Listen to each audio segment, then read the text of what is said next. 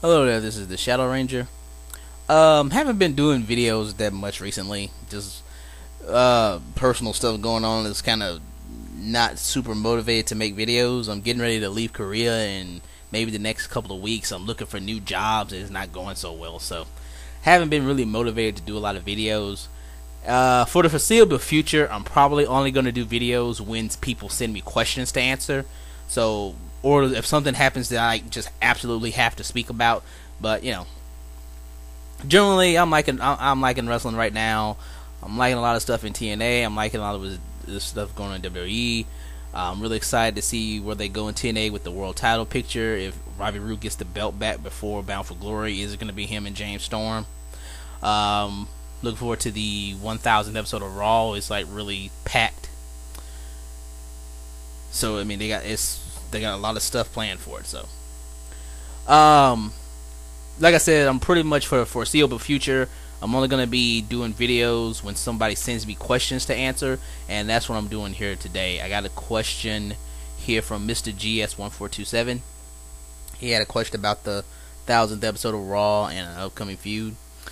He says, "How in the world will WWE fit all of this in 3 hours? DX reunion, the Rock segment, Brock Lesnar responding to Triple H, AJ and Daniel Bryan's wedding, CM Punk versus John Cena, Christian IC title defense, revealing a new GM, then all the segments with legends, Raw 1000 interviews with the superstars plus commercials, and this I can see The Rock taking up half an hour himself."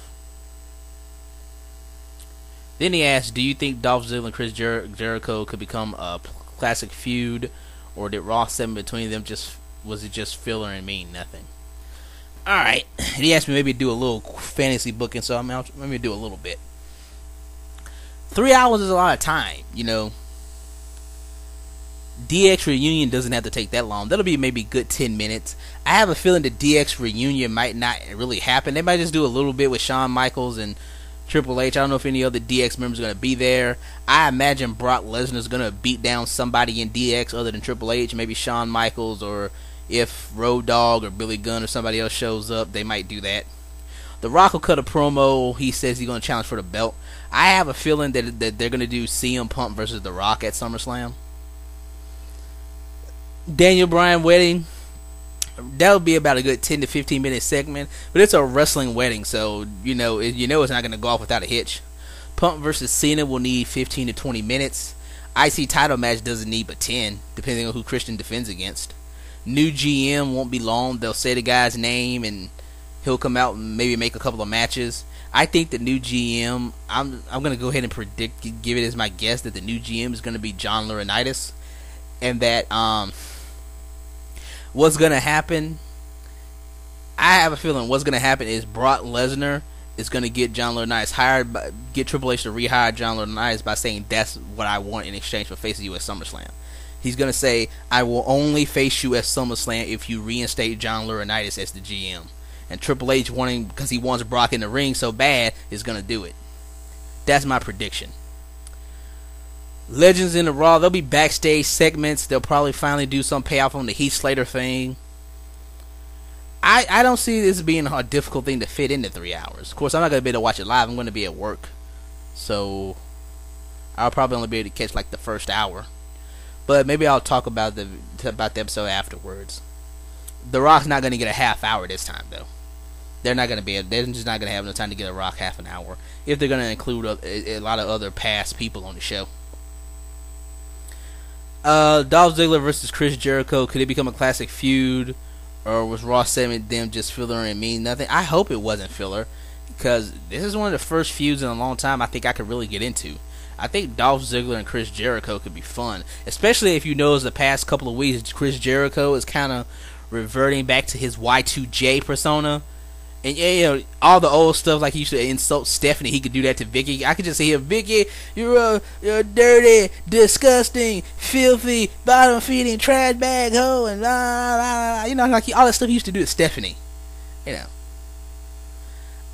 matches will be fantastic. I mean, Jericho and Dolph Ziggler matches, I can't see those being anything less than perfect. I don't know if they've ever had a match against each other. I mean, I hope this is, you know how there have been times where two guys are both really good, they just don't have really good chemistry together, and for some reason it just doesn't work when they face each other in the ring. I hope that doesn't happen, because as good as Dolph Ziggler is and as good as Jericho is, you could see some really great matches here. And you know, Jericho will make Dolph Ziggler look like $1 million. It'd be a great feud to get him more over as he prepares to do his Money in the Bank cash in. As for storyline, I really don't got anything. I need more time to think about it. But in the time it would take me to think of something, they'll have already started the actual feud, and so anything I fancy book won't be necessary. So no fancy booking on this one. But I hope they do follow through with it, because I think that could excuse me. I think that could be a really, really good feud.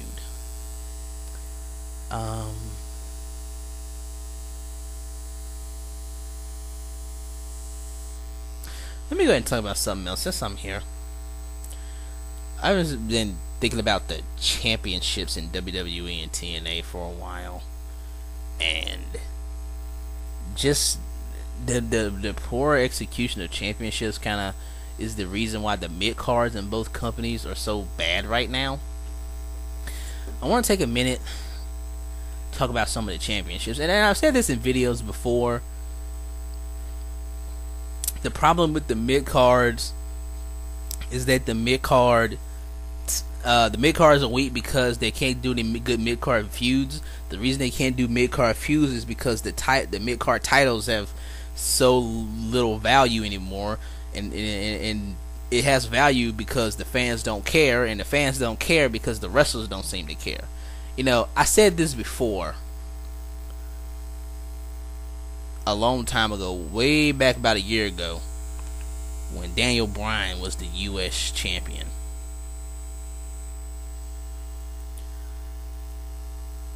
And I look at the mid-card titles now, and I feel like I could ask that exact same question, which is, why do people have championships that nobody else wants?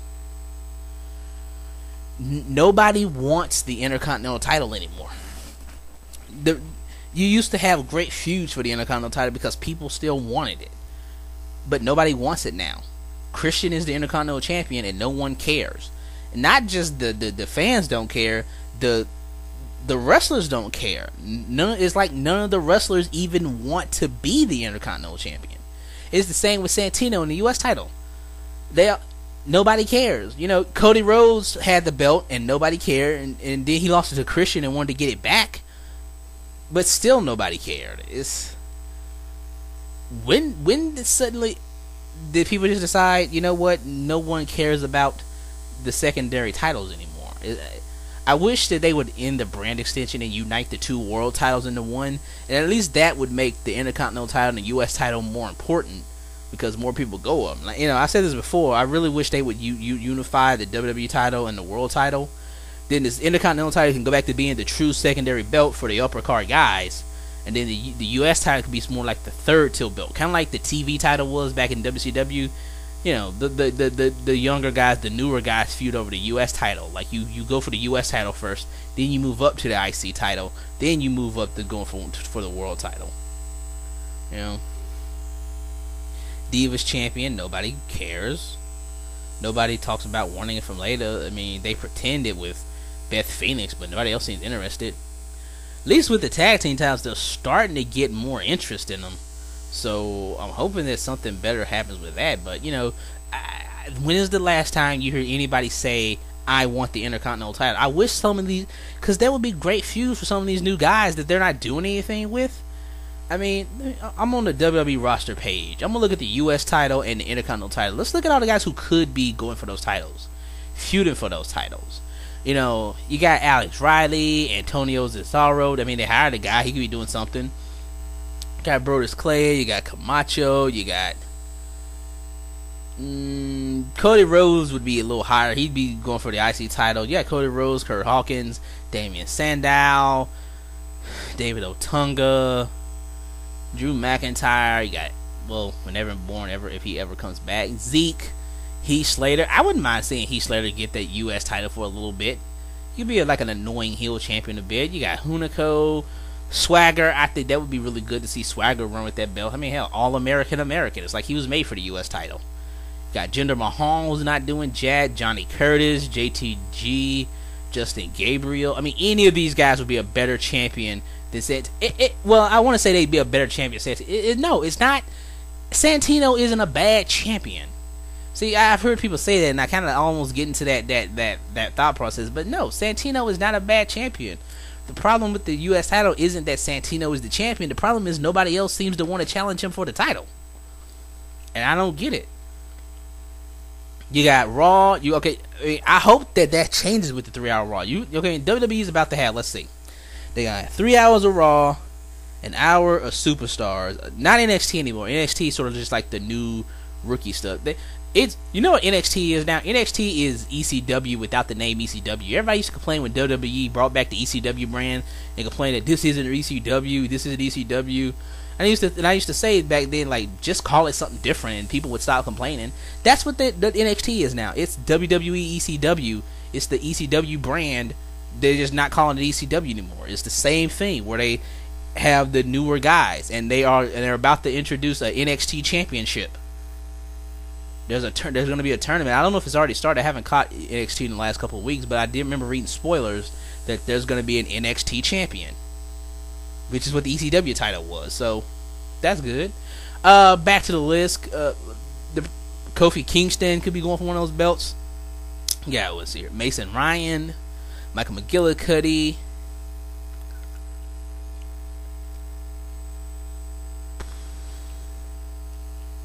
The Ryback. Ryback could be going for one of those belts. That'd be good. Jack Swagger and Ryback could be feuding over the U.S. title if one of them won it. Because I like the segment they had on Raw where match never really got started, where somebody actually finally took it to Ryback, and I hope that becomes a feud. I could really get into Jack Swagger versus Ryback, just like two big dudes just beating each other senseless all over the ring. It ain't got to be a 5-star classic. It ain't got to be Punk versus Daniel Bryan. They could just be two big behemoths beating each other. Jack Swagger, I mean, he doesn't have the huge Jack Ryback look, but he's a big solid dude. You know, he can take a beating, and I can see them two beating each other all over the building. I hope they continue with that. I liked it. Sin Cara could be going for one of those belts. Ted Jr. is still injured, but when he gets back from injury, he could. Tensai. Trent Beretta still got a job, really? Alright. Trent Beretta, Tyler Rex, Tyson Kidd could be going for one of those belts.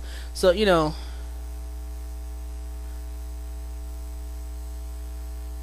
let me go through this again. Hang on a second here.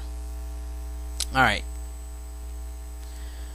So, like I'm saying, make the Intercontinental title the second tier belt, and then the US title could be sort of the lower tier belt, the third level belt for the newer guys. So, like Del Rio, he could be IC champion. Alex Riley, US, would be going for the US title. Antonio Cesaro, US title. Brodus Clay maybe going for the IC title. You know, I'm not going to go through the whole list, but yeah, it's still got Zack Ryder, Yoshitatsu, Wade Barrett, William Regal could go for one of those belts. I mean, you got a lot of available guys that they're just not using who could be feuding over those belts and getting some really, you know, some good feuds and matches out of them. You go to TNA and they're doing a little bit better. They're kind of still slacking on the whole defending the TV title every week. I kind of wish they would have done something with that where, you know, here's how you instantly make that belt more important. You know how they did the Option C thing with Austin Aries, the X Division championship, saying that every year Destination X, the X Division champion will get to forfeit the X Division title in exchange for a world title match, and that's cool. Do the same thing with the TV title. You know, the TV title is supposed to be defended every week, but they're not doing that. Didn't last very long. They gotta get back to doing that. But say like a certain number of title defenses, like for example, say that the TV champion has the same option of forfeiting the TV title in exchange for a world title shot, but instead of doing it once a year, the TV champion, let's say after a certain number of title defenses, they would get to do it. So let's say if they're gonna defend it every week, like they say they're going to, but they're actually not doing it every week, 4 defenses a month, so 4 times 5 months, that'd be 20 title defenses. That I would go with that. TV champion has 20 successful title defenses. They get to trade it in for a world title shot. There, it makes it important all year round. It makes it important to get the title and keep the title until you can get 20 wins. And you can have guys get close and then lose the belt and then have to start all the way over. And if you lose the belt, you got to start it over. Like, for example, let's say Devon is on, like, even if Devon is on win number 19, right? If on his 19th title defense he loses the belt to somebody else and then regains it the very next week, he has to start over from 0. He didn't have 20 successful title defenses in a row, so they have to be all in a row. So even if a guy gets to 19 defenses and then loses once and gets it back, he's got to start over from 0 and successfully defend it 20 times again. That gives the belt value. Everybody's going to want to win that belt to get their shot, and once you get it, you're going to want to hang on to it for dear life. And the only thing you have to do is, if you don't want a guy to forfeit the title and get a world title shot, you just have him lose the belt and then regain it. So say you want to have Devon carry the belt for a real long time, but you don't want him to trade it in for a title shot. Before he gets the 20 wins, you have somebody beat him for it, and then he regain it the very next week. So he's still champion. Tag titles, not enough teams anymore. What do we got as tag team options at TNA? When Alex Silva gets his visa stuff in straight, he can maybe have a partner with somebody. Saban's out dancing because they're the champions. Pope got a shot, could be a team with somebody. Doug Williams could be a team, could form a team with somebody. Garrett Bischoff, there's a possibility. Gunner, I want to see Gunner come back. I actually think Gunner and Crimson would be a good team to have. Playoffs, the fact that they're both former Marines, I think that would be pretty cool. And neither one of those guys is really doing anything right now. Crimson has been beaten. He doesn't have his undefeated streak anymore. I heard that he said he has a slight injury and he's going to be out for a little bit. So when he's back, Crimson and Gunner together as a tag team, that could work really well.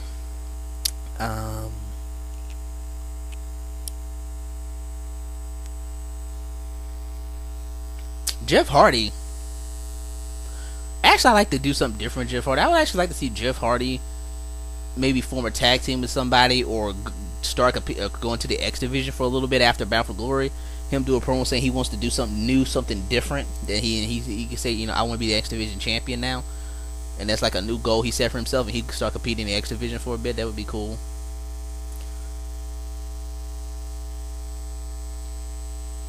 Not a lot of pickings. You still got Robbie E and Robbie T, but that's about all in. They got to really work on finding more people to form new tag teams.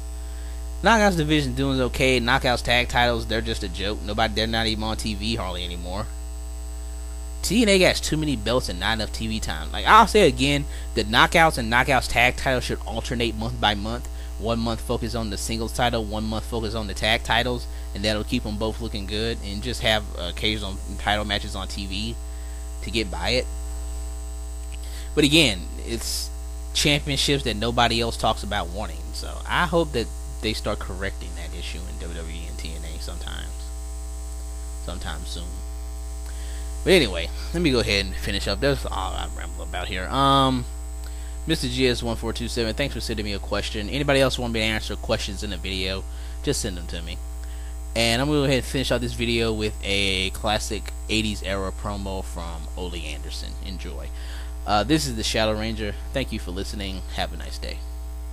Okay, the comment from the world champion Ric Flair, talking about what the Horseman will do to this man. We understand next Sunday at the Omni, hit up you and Tully Blanchard on April 5th. Well, Tully, you just better get ready, because I'm setting my sights right for you. It's hard about making a mistake. I had a choice to make. I either choose my family, in particular I choose my son, or I take the 4 Horsemen. You can't go both ways, I guess, and if you're going to throw me out of the Four Horsemen, then that's the way it's got to be.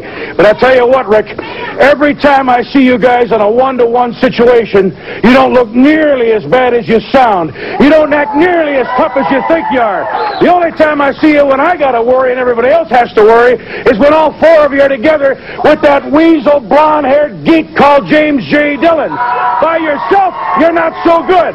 Now, you better get ready and you better remember something. I'm old, I'm experienced, I'm all those things, but like I said before, I'm like that horse. I figures he's got one more ride left in him. And if there's anybody out there that believes like I do, that parents are important, that family is important, then you can go put this in your pipe and smoke it. We're all going to be coming looking for you. And right now we're setting our sights on you, Tully Blanchard. We're looking at you, Tully, that's right. You, first of all, first man on the list. And remember this, when you feel that fist coming in your teeth, when you feel those arms creaking and breaking, remember this old man and remember all those people, because we're doing it for one reason. We're doing it for that snot-nosed kid. Get ready, we're coming. Okay.